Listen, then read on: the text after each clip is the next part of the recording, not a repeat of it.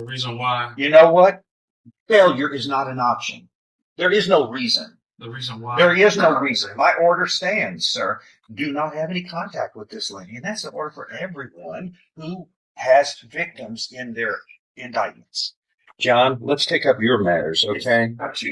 David Rogers first. Mr. Rogers is charged in 24 CR 1697, aggravated assault with a weapon. And you were facing up to 20 years in prison in this case. Your Honor, if we get a long time, we're working on trying to get him into Veterans Court. He's a veteran, and I believe this qualifies for that. So if we get some more time, we can get that taken care of. All right, who is Charlitha Rogers? My wife. Okay. Where does she live? Is that where you live too? Yes, sir. That's my address. Well, he's not staying there, Your Honor. That's his address. So that's what he just said. Well, that's where I said living. What does that mean? How can you live and not stay? They don't talk about that. He's been living with his mother. Are you having any contact with the lady? Yes, sir. We have been talking, and we've been going to marriage counseling with through the CPS caseworker. Okay. Somebody didn't tell him about a bond condition. In every case, you cannot have any contact with the victim of the offense. If you're doing that, your bond is revoked. You stay in jail until this thing gets done. But the bondsman told you that. You got the bond conditions are normal for everybody. It's the same. No matter who the victim is. If it's your wife, tough. Y'all got to separate until this can get resolved. You're not supposed to assault anybody, much less a wife, but you can't have contact with the victim. Why are you looking like nobody? Your attorney didn't tell you this? I understand it, but Your bondsman didn't tell you this? Of course they would have. the bondsman told me that the protective order took precedence over the. I don't care what. Not in my court. Yes, sir. Protective order doesn't bind me. This is my order. It has its effect. Protective order. I don't care. What's the protective order say? Not to have any contact with him? Well, what is you doing? You're breaking two orders? Your Honor, the protective order stated for me not to go in 200 yards of my wife or the children, but the protective order lost its effective date on October the 1st. The CPS caseworker asked her if she wanted to extend the protective order. Okay. She told me no. Okay, that doesn't matter. My order stands. It's the same order that's in every case. I'm sorry. Aggravated assault with a deadly weapon. If you happen to, once you do something, you break through the barrier and you do an act, you're capable of doing it the same act again, no matter what you want to say. You should have done it the first time if you did. You're presumed innocent. I don't care. The point is the grand jury thinks otherwise. Yes, sir. They heard evidence and probably you committed the crime. That's probable cause to indict. But the point is we separate the victims. If it happened again, twice, it would be on my watch. Yeah, people would ask me, It won't happen again. you know what? If I would have asked you the day before you were accused of this, if you'd be charged with a crime like this, what would you have told me? I'm not sure. Really? I can tell you what I'd say. Because I'm pretty certain about my actions. I mean, assaulting someone is pretty clearly wrong. And I can tell you, I wouldn't do it. I've never done it. But the point is we separate people. My court order is you don't have any contact with it. I find you do. I find out you do. This should have been told to you, and I'm aggravated about it because this shouldn't happen. Because if something happened now, I'd be the one going, you're not policing your orders, are you? The reason why. You know what? Failure is not an option. There is no reason. The reason why. There is no reason. My order stands, sir. Do not have any contact with this lady. And that's the order for everyone who has victims in their indictments. They have to stay apart until we can resolve this.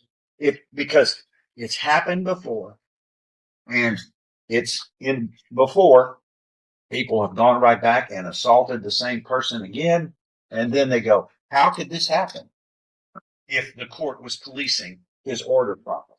And these orders are the same These are the same bond conditions in every case. It's not my special order. The judges all use the same standardized bond conditions. And one of those is don't have any contact with the victim until we can resolve this. You got to figure it out. Either you leave or she leaves. I don't want it. And I'm going to check on it. And have somebody drive by every day, if I have to find out if you're violating the law. You do, you'll sit in jail. Your bond will be revoked. You'll sit in jail until we can get around to resolving this, which sometimes takes years. That's hard to do.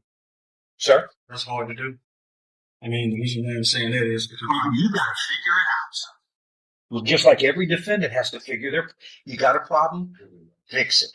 You got an attorney, work with your attorney. That's what he's paid for, is to help you resolve this. Everybody makes mistakes. And you're presumed innocent. We're not saying you did. You're charged with making a mistake. If you made a mistake, fix it. Fix it. Yeah. People make mistakes, but number one, you fix it. Number two, you don't do it again. Okay. But you got 24 hours to. You got to work with him. I'll talk to him about that guy. I mean, that's serious. Because we've had big situations where partners, bad people, partners came up here. We had an assault, and they went right back, got together, and someone was killed. And then it was who's to blame then? Bondsman. And most importantly, the person who does the act. But this is separate, time out, get everything fixed out so we can get back in the game of life. It's in everybody's best interest. But and then a lot of times it's we find out a lot of times in these partnership things that people are threatened, they're intimidated, they're back together. They're not supposed to be, but one or the other feels like they didn't have a choice. They're pressured into it. And that really makes me angry. Then wrath comes down because all kinds of problems develop that need to be fixed quickly when that happens. Because I don't want victims feeling like they're to blame. That's needs to get fixed. How long have y'all been married? going on 4 years. Been together for 9 years, going on 9 years. Well, you got a copy of this, don't you? Sir. This is one of the more disturbing probable cause affidavits. The most threatening thing I've heard between threatening with a gun, punching, hitting. Your Honor, that's one of the reasons I was trying to get him into veterans court, because a lot of this relates to. When is that going to happen, John? He's staying with the victim. I know. I'm going to work on that to get him out. You think? It's got to be done today. Something. But he's My getting goodness. treated in the DA's office right now. DA's medical. Oh, I'm going to say while we're getting around to doing it. Look, this was indicted August. How much time has to lapse before the rules are followed? Come on. I'm going to talk to him about that to make sure he follows the rule, because he was following the rules. And I want to know who's going to accept responsibility if something bad happens. Is it you? I just found out about that. Y'all have to be knowing. State, what are you going to do about it? We got a violation of condition of bond that's being violated here. And I mean, this is threatening with a firearm, threatening to kill, punching in the head, choking. My God, that's what this all says. And we're lackadaisical about separating this? No, sir. We've asked for his bond to be revoked. I just found out I was not aware of this, so I'm certainly not going to We be. got 1,000 cases. I'm surprised that you're not aware of everything. But I would Well, ask this that is his bond be terrible, revoked. folks. I say we have him separate now. Make sure he doesn't have any contact with him from here on, and see how that Yeah. goes. You've just been ordered to have a electronic monitoring device, a GPS device. So I know where you are because you're not going to go to this house Can he have some time to go get his stuff and move out then? without her presence. But he Somebody's got to watch that. But he would have to contact her to let her know. You have a problem working with them on that? No, I can do that. I'm just saying that. Well, but I know the rule because is somebody, on his behalf. I expect somebody, I can trust you. Okay, fair. Please. That works. Okay. And you have to have a GPS device. You can't have contact with this lady until we can resolve this. Is this just, I know I'm making a big deal. It's only very disturbing. This bad things can happen under these situations. And then we got orders, conditions of bond, and the court orders that are for every case like this that have to be followed, or else something bad happens. It will be front page. Who's to blame? And I don't think he'd be the first one on the name. He'd be in the list, but it would be someone else would be at the top. I don't want it to be me, but I expect orders to be followed. The point is right now I could revoke your bond. I can hold you in contempt, and I could say no bond until this gets resolved. That's what can be done right this minute, from what I know. Tell me why I shouldn't do it. I think we did give him a chance, Your Honor. I think he understands now. Like I said, I will set up, call his wife, let her know that he needs to get his stuff. We'll set up a time for her not to be there to get that stuff in. You were living with your mother. I What do wouldn't. you have to place it? You got a week. We're going to reset this in a week to find out whether there's a problem or not, and if it's not done immediately, and I didn't find out it was done by the end of the day, then you're going to jail. That's What by the end of the day?